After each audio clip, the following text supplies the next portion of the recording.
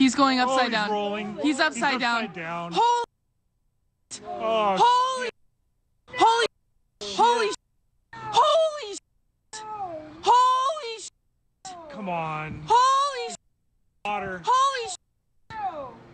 Oh my God! Oh my God! Is he okay? He's okay. He's okay. Fuck. He's okay. He's okay. He's okay. What in the fuck? Guys, he's coming this way. He's coming this way. Guys, do we leave? What do we do? It's fine. Are you sure he's not gonna hit us? Yeah, it's fine. You're sure? Hell is going on? He's not gonna hit us? Are you sure he's not gonna hit us? Are you sure he's not gonna hit us? Are you sure he's not gonna hit us? Oh, are you sure? Guys, where's he going? Guys, oh my God, I thought he was gonna crash. Oh my God. He rolled it upside down. Upside down, he was upside down. Oh my God, I'm gonna have a heart attack. Oh my God, there's people on the plane. Oh my God. Guys, should we leave? Guys, should we leave? Like, is he gonna crash into the land? Like, is he gonna crash into us? But he got so close. I thought he was going to crash into the water. We've now seen this video from 3 different angles. We've seen that maneuver where the plane was up high, came down nose first, and then looked like it was going to hit the water and then leveled out. Absolute confusion and panic for people on the ground, thinking people were in that plane. Anybody knows what a passenger plane looks like, and those people did, and they didn't know what was going on, and that woman didn't know what to do, and that was one of so many tonight. It speaks to the fact that we don't see this happen. We have video of that plane in the air that we've seen. We have 2 viewer videos. We thank you for sending them in. Keep doing so. This plane witnessed by so many tonight, and that plane you see on your screen, what's left of it is now on Ketron Island. That plane in the air for more than an hour before being intercepted by 2 F-15 fighter jets that came out of Portland. And I'm told we have a reporter from Portland from our sister station K2 able to fill us in on just a little bit of the response tonight to this very much of an emergency with a stolen plane from SeaTac. What is he doing over here?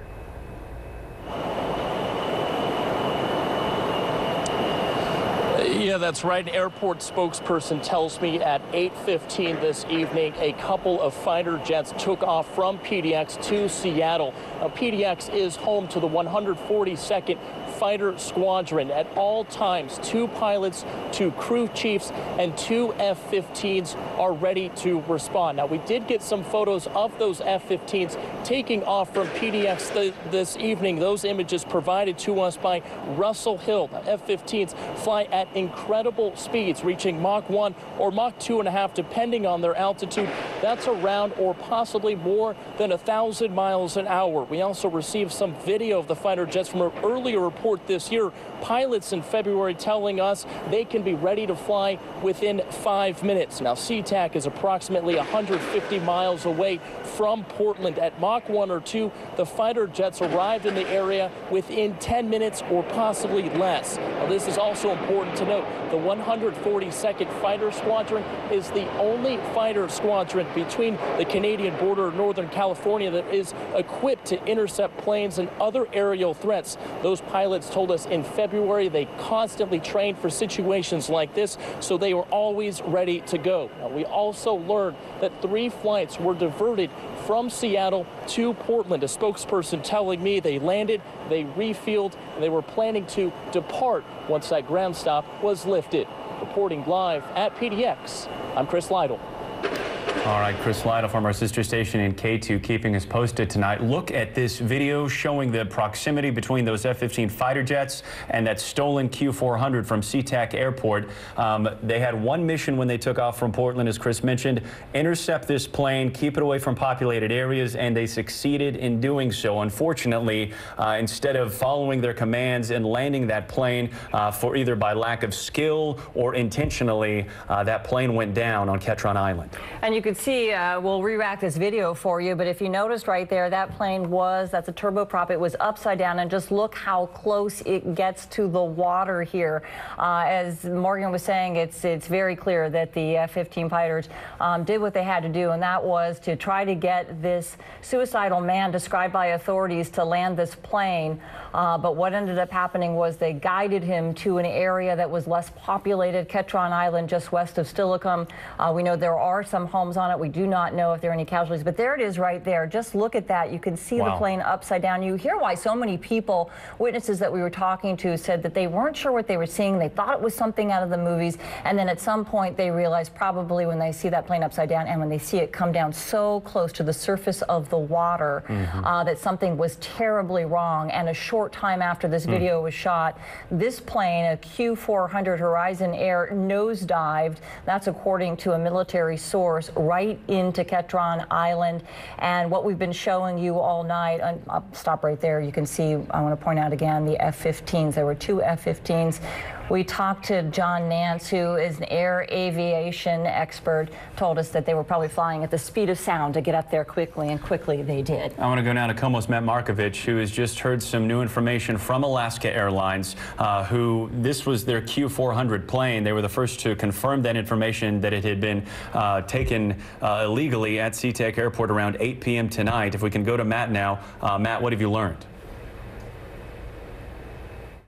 Horizon Airlines is a subsidiary of Alaska Air Group, and it's Horizon's Air Chief Operating Officer Constant Van Muren basically just gave a video statement re-emphasizing already a lot that we knew, but confirming that it was an Horizon employee that took that plane. And other than just the basics of what we've been reporting, she says that the hearts and prayers of the Horizon family go out to the family of the man who took this plane and crashed it on that island. Alaska Airlines told me earlier tonight they are not going to do any on-camera interviews or All right, Matt, thank you. We're having some audio difficulties there. We're going to work on that. But some new information tonight. We're, for the first time, hearing from an individual, Constance Van Buren, who is an executive with Horizon Air, that subsidiary of Alaska Airlines. And we've just been relying on tweets to get new information from the airlines tonight. But as Matt mentioned in a video statement earlier tonight, Constance Van Buren, that executive with the company, saying that they extend their thoughts and prayers to the family of what they've said was a Horizon employee who illegally took this plane from SeaTac Airport, took it to the air before taking it to the ground, intentionally or not. We're still awaiting confirmation on that right here on Ketron Island, a small rural island just to the west of Steilacoom. Okay, again, I just want to underscore that. We know for the first time that the mechanic accused of hijacking this plane, taking this plane with no passengers on board, is a Horizon employee. We want to go back to SeaTac Airport right now. Tammy Matas has been there all night, and she's standing by with a pass.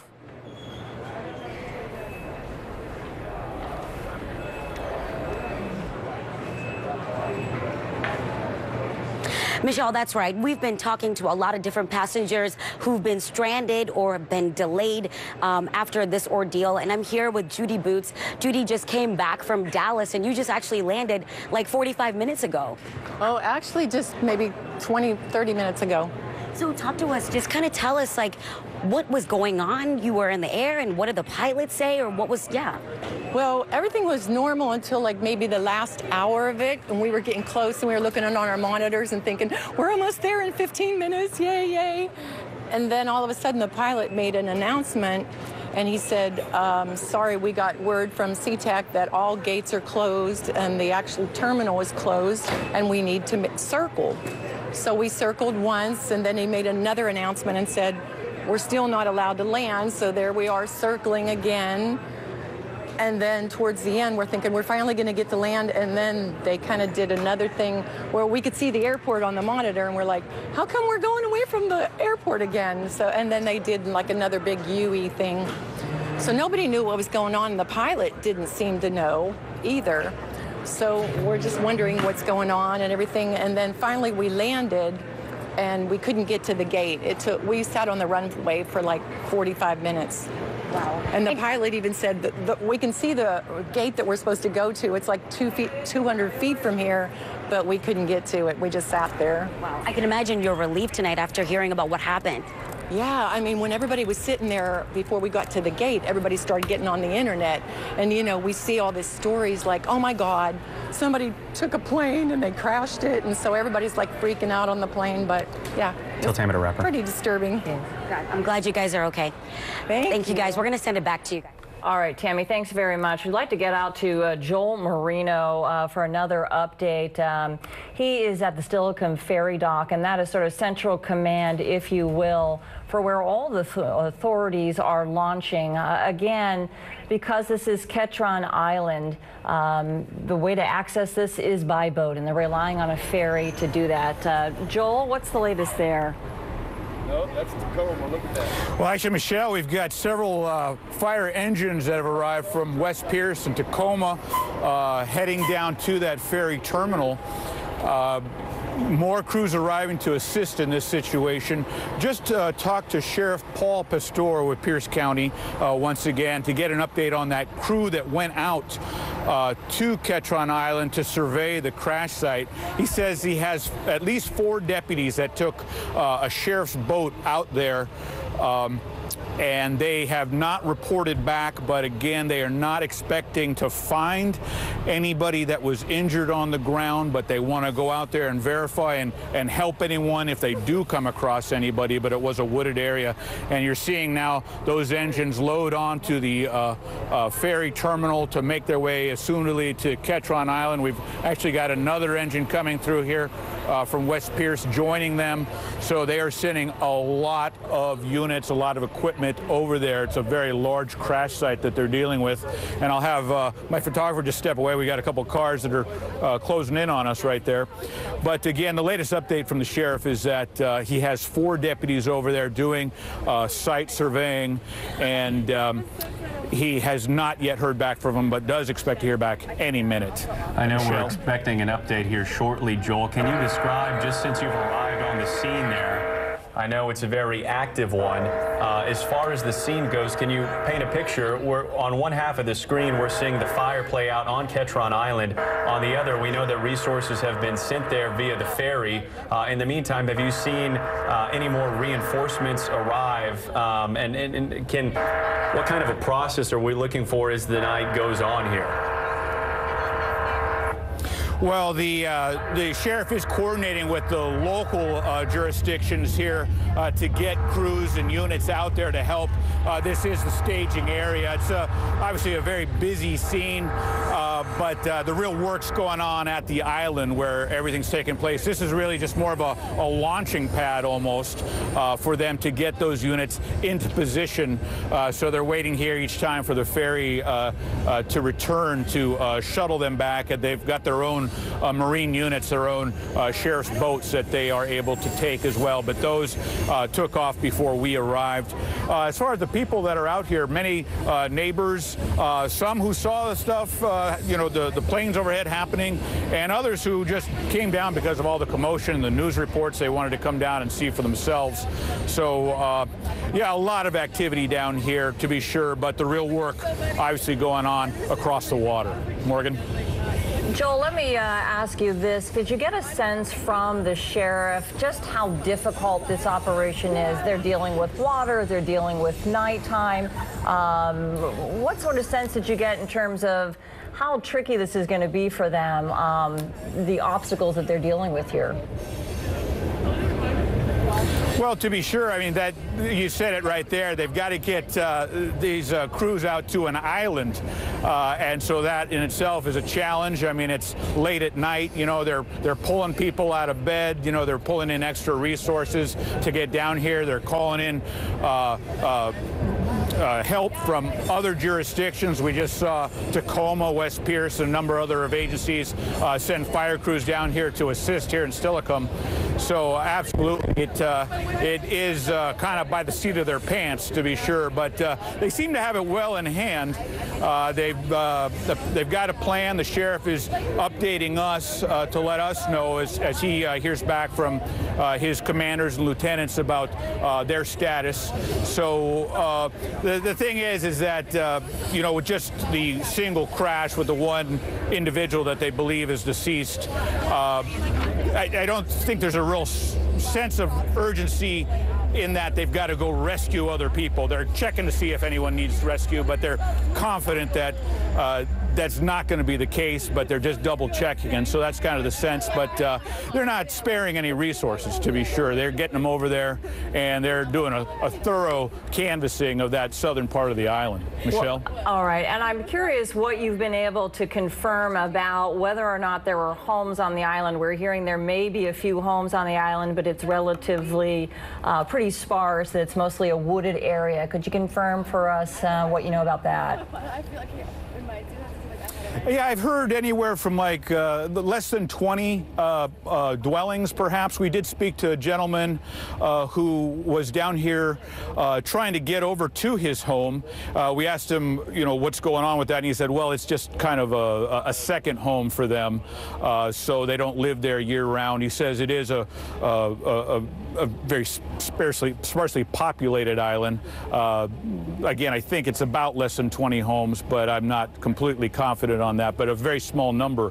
And so the sheriff emphasized that the area that they're searching is heavily wooded, as he put it. Didn't think that there were any structures there, any homes or anything that, you know, would cause concern, but that's why they're going there to check. So, but yeah, people who live on the island can't get there right now.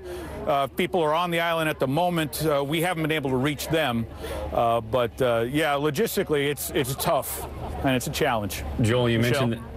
Yeah, Joel, you mentioned that man walking down and saying that he has a second home there on the island. I'm curious how many people are just kind of coming down to this staging area to witness what's going on, because we spoke with a woman earlier, Susan, who lives just a few blocks likely from where you are, who frequently kayaks around Ketron Island. How many of those people are kind of gathering around this area just witnessing the aftermath to what's transpired tonight? Well, I'll give you a look, Jeff, if you can kind of show the number of people that are out here. In addition to news crews, we've got a lot of people who are out here right now. And if we kind of look back up the hill, I mean, a number of vehicles that are down here across the street, we've got people. So there are certainly people who are down here just because of the news reports, or because they heard something, or because they just want to see if they can find out more about what's going on in their community. So certainly a lot of activity down here at the Stillicum Ferry Terminal right now, and we've been talking to some of them, and again, it's you know, some people are just here to try and learn more information.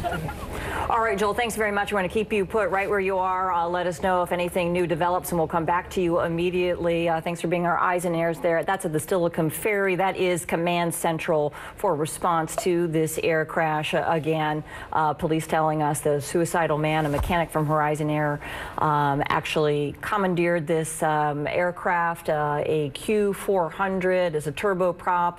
As we've shown you some of the video, just incredible video of the way it was flying, absolutely erratically. At one point flips upside down, and there you see it right there as we're talking about it, just upside down. Just a real sight for folks who are on the ground wondering what was going on, thinking, is this a movie, what am I seeing? And then at some point realizing, as this craft gets very close to the water, nose diving down to the water, I should say, realizing something terribly is wrong, and then a short time thereafter that plane nosedives onto Ketron Island. We want to get right now to Horizon Air Chief Operating Officer Constant von Muehlen, who released a statement just a short time ago confirming that that mechanic is indeed a Horizon Air employee. Let's listen in.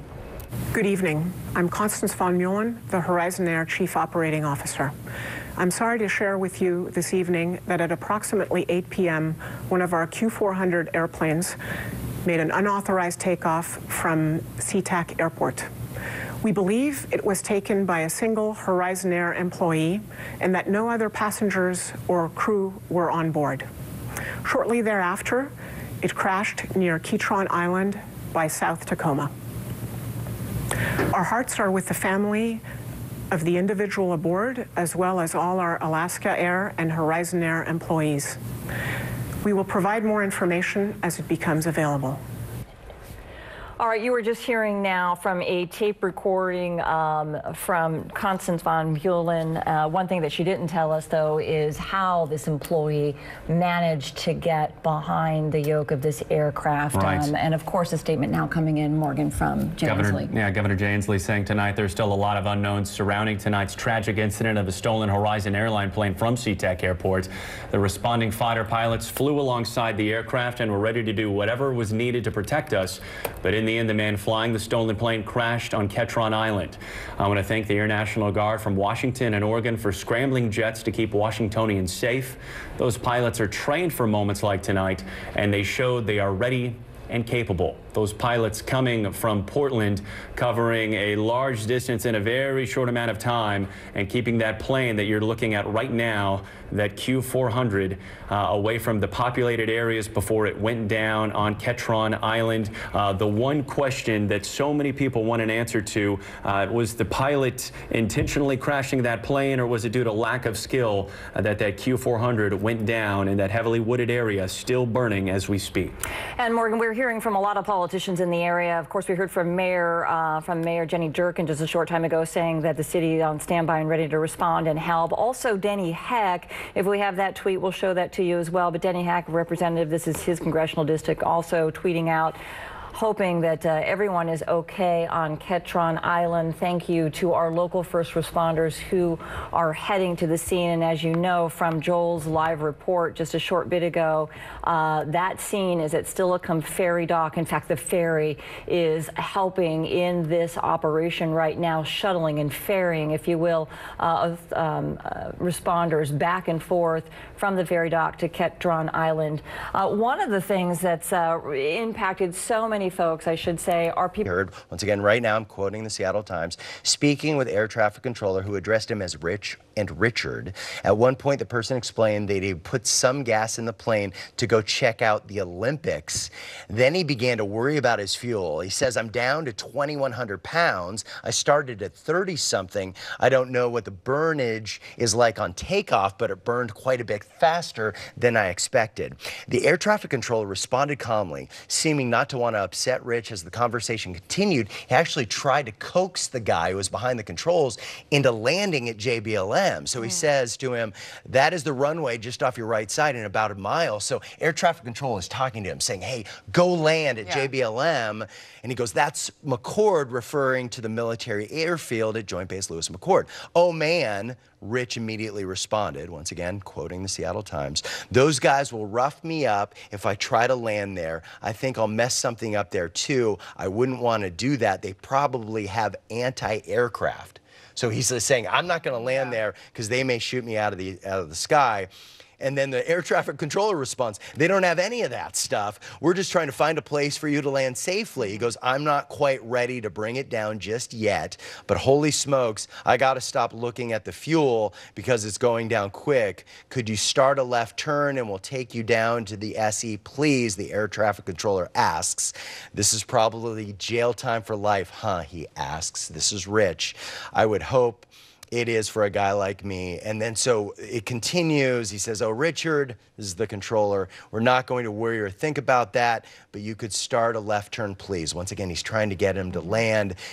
In the end, he says, I feel like one of my engines is going out or something. Okay, Rich, the controller responded, again, very calmly. If you could, you just want to keep that plane right over the water. Keep the aircraft nice and low. Once again, the air traffic controller telling this mechanic who is taking this plane on a joyride, do not hurt anybody else in the process. Keep it over the water.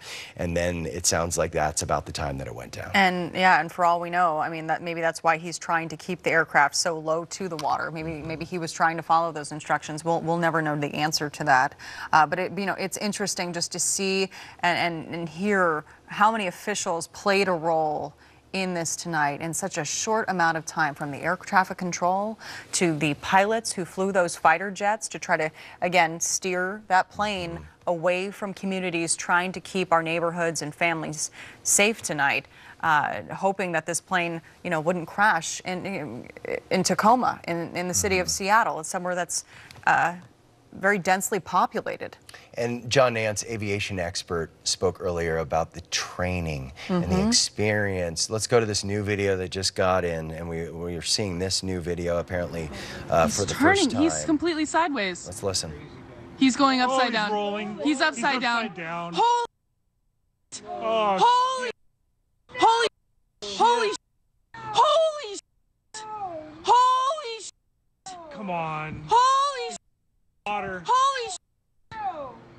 Oh my God! Oh my God! Is he okay? He's okay. He's okay. Fuck. He's okay. He's okay. He's okay. What in the... Guys, he's coming this way. He's coming this way. Guys, do we leave? What do we do? It's fine. Are you sure he's not gonna hit us? Yeah, it's fine. You're sure? Hell is going He's on? not gonna hit us? Are you sure he's not gonna hit us?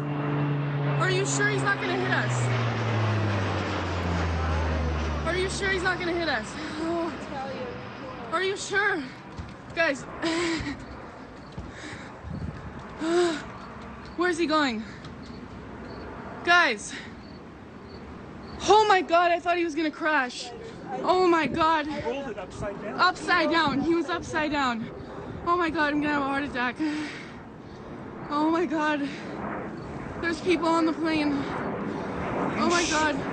Guys, should we leave? Guys, should we leave? Like, is he gonna crash into the land? Like, is he gonna crash into us? But he got so close. I thought he was going to crash into the water. We've now seen this video from 3 different angles. We've seen that maneuver where the plane was up high, came down nose first, and then looked like it was going to hit the water and then leveled out. Absolute confusion and panic for people on the ground, thinking people were in that plane. Anybody knows what a passenger plane looks like, and those people did, and they didn't know what was going on, and that woman didn't know what to do, and that was one of so many tonight. It speaks to the fact that we don't see this happen. No. Earlier, we get aviation expert John Nance on the phone.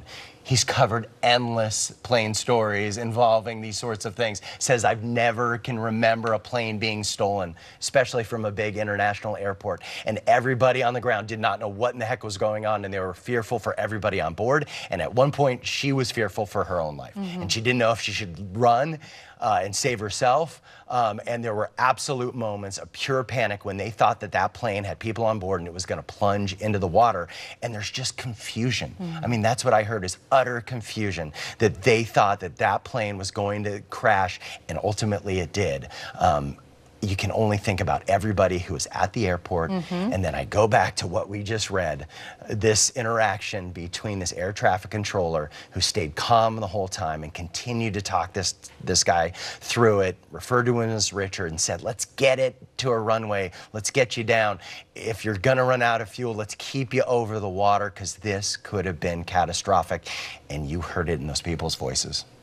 All right now we want to go back to Michelle, who is standing by, and see what kind of developments she is learning tonight as we're taking a look at this video here. Michelle, what are you learning there out at SeaTac Airport? Hectic night out at SeaTac Airport as an airline mechanic steals a Horizon airplane, a Horizon Air mechanic, and then takes it on a joyride for about an hour's time before crashing on Ketron Island, which is right off of Stillicum in Pierce County. We want to go back to this video, if we could, of this moments ago that we just got in. This was taken once again from a viewer, and let's go ahead once again, if we can, and just listen to the reaction as people on the ground realized something was not right. Holy, holy, holy, holy, Come on. holy, Water. holy.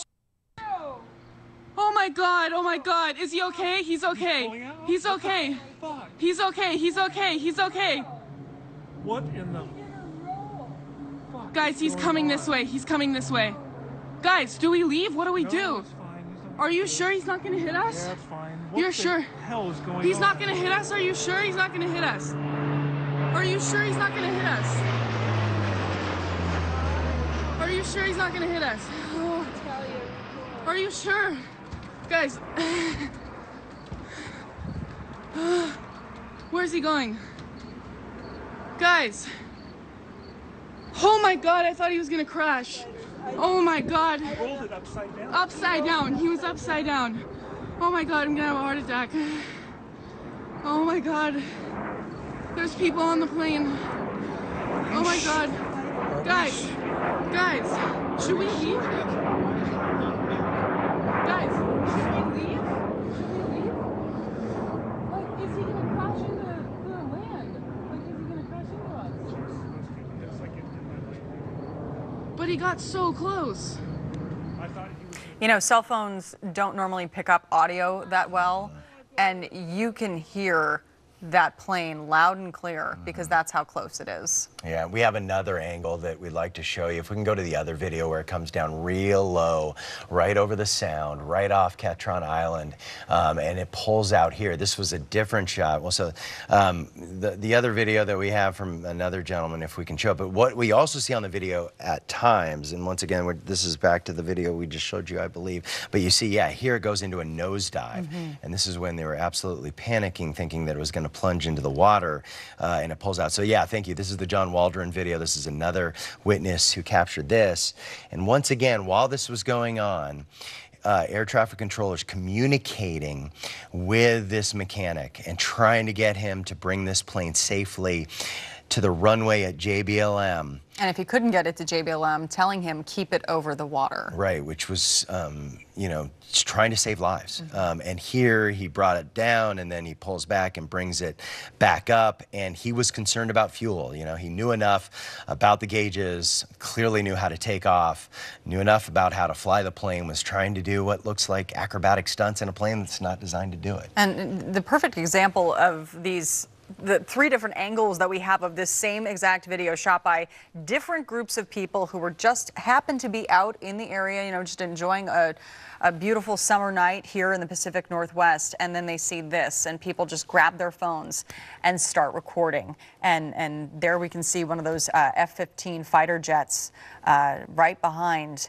this rogue plane. That's just, you know, we saw it up in the sky, we saw it take a nosedive, and then we saw it very close just over the water. And you can hear the reaction from the people that are recording this. I mean, these are just regular people like you and me who are just out there with friends and family hanging out, and all of a sudden they see something like this. The one girl that was recording in that video, she said, oh my God, do we need to move? Is he going to hit us? Because the plane was so close and it was so loud and clearly flying so erratically that they just had no idea which direction it was going to go in. They didn't know where he was headed, and to be honest, you know, that's why the military scrambled 2 F-15 fighter jets out of the Portland areas, because they wanted to make sure that his death wish didn't end with him crashing one of those planes into Seattle or Tacoma or into a major crowded area where we could have had mass casualties. Once again, this all started at 8 o'clock. They stopped traffic at SeaTac Airport because a 29-year-old mechanic, according to the sheriff, took control of this plane and then launched it, and then took this plane on a joyride for about an hour before crashing on Ketron Island. We want to go now to Steilacoom, where they are staging the response and loading the fire units onto ferries to get them over to Ketron Island to put out the fire so they can start their investigation at the crash site. Once again, all we believe is that one casualty was involved, and that was the mechanic who took this plane and stole this plane tonight. Let's go to Steve Kiggins, who is there at the dock in Steilacoom. He's got the very latest for us. Steve, what do you know? Yeah, I tell you what, this is where first responders have really been kind of bottlenecked to try to get out to the island there. I'm joined by Pierce County Sheriff Paul Pastor. Thanks so much for taking time. I know it's been a really busy evening for you. I'm hoping you can recap the events for our viewers about what's happening now and what might be happening in the next few hours and overnight. Well, what's happening now is probably less exciting than what happened earlier. As your viewers recognize, there was a plane that was stolen from SeaTac Airport. It was a very small commuter commercial plane, prop airplane. It was flown in this direction over the Sound. Some people who were witnessing the plane, at first they thought it was a drone, some people have told me. Then they said, no, that's a real airplane. It was making some maneuvers. There were some jets that apparently followed from JBLM. probably to make sure that this plane wasn't trying to harm anybody. We have no indication whatsoever that this was posing a threat, that it was any kind of a terrorist act whatsoever. It was either a self-harm issue or it was a lark that someone went on that ended very, very badly. We have no casualties on the ground. I don't hear that we have located the man flying the plane as yet, but my guess is that he is probably deceased. The plane crashed on the south end of Ketron Island, which is a fairly a small island. The area in which the crash took place is mostly uninhabited. There are only 20 people who live on the island on a regular basis. It's a little less than a mile offshore here from the town of Steilacoom. West Pierce Fire and Rescue is out there making sure the flames are down. I understand that they've controlled it. They're making sure the smoldering bits are out. There are federal officials who will be showing up probably early tomorrow morning. FAA, we are going to keep the area secure until they get here, and then it becomes their scene. So the excitement was a plane flying strangely, stolen, and then crashed. People ask why. Again, it doesn't look like this was a threat made to anybody or any kind of an attempt to harm anybody. It's a remote location. Some of your colleagues and you have asked, gee, could we go there? Basically, there are no street lights. It would be dark and smoldery. So the visual aspect wouldn't be much. My guess is sometime tomorrow, some of our news outlets, maybe Q13 and others, will be trying to get some aerial photographs of the area. That would be, I think, more informative to your viewers. Can you talk about how difficult that terrain and that location is, just getting there for the first responders and even the follow-up investigators, and how difficult it's going to be to even gather evidence and to continue to look at that scene and figure out exactly what happened on the island? Is that going to be tough? Well, it's not a highly remote location. It's about a little less than a mile off the shore here, but it's not some place that is highly populated either. There are, I think, 2 boats a day that go there, 2 ferries from the county ferry system that stop there a day. Not many residents, so it's a fairly rural, nice island with beautiful views, not highly populated. What is going to happen as we come up to this is, as I say, the federal government is going to take over the investigation, as FAA does on a regular basis. They're going to wonder, what they can find out from the crash site, what angle, what the guy was apparently trying to do or not trying to do. They will probably be looking at how he gained access to the airplane, and they will be trying to do an after action of that. Luckily, there weren't other people hurt in this. I don't have absolute confirmation, but I'm almost sure that we have a deceased person who was flying the plane, and that's all we have as deceased. That's not happy news, but could have been worse. There was no indication that he tried to make it worse, though. He was flying over parts of Puget Sound and a fairly unpopulated island. I want to bring back to our viewers that about a tweet that your office sent out a couple of hours ago, and it really was championing the pilots and the Air Force, and it sounds like your office was congratulating them for being able to either minimize the impact or lessen the impact on the ground. Is there anything you want to share with our viewers about that message? What I would share is that here in Pierce County, we're blessed in that we have a cooperative relationship with our fire service and emergency medical, with our other police departments. The town of Steilacoom Police Department is here and working with us. We also have an excellent relationship with our brothers and sisters in the military. You'll remember in December there was a train wreck, and some of the first people at that train wreck were people from Joint Base Lewis McChord. They were there, they took the right action, they worked hand in glove with us. It is, to me, something that I respect and frankly is inspiring, to work with people who don't do a lot of boundary stuff about this is my side of the street, you stay on your side of the street, who say we've got a job to do, let's get together and get it done. They don't ask permission of me. They don't say, Mother, may I? I've got competent, capable, courageous, and compassionate people. That's who I get to work with. Very good. Thank you so much, Sheriff Paul Pastor. I really do appreciate your time and sharing some of your thoughts with our viewers. That's the latest. You've heard it directly from the sheriff. They're going to be continuing their work out on the island. As he mentioned, it's a really difficult kind of area, first of all, to get to. And once they're there, it's pretty dark. And there's not a lot of people or much infrastructure on the island. So there's no street lights. And that means these firefighters are going to have to figure out a way how to get out to the fire lines. But you just heard from the sheriff that the fires are pretty well tamped down, and right now they're going to wait for the federal investigators to come on scene here and then continue their investigation out there at the crash site.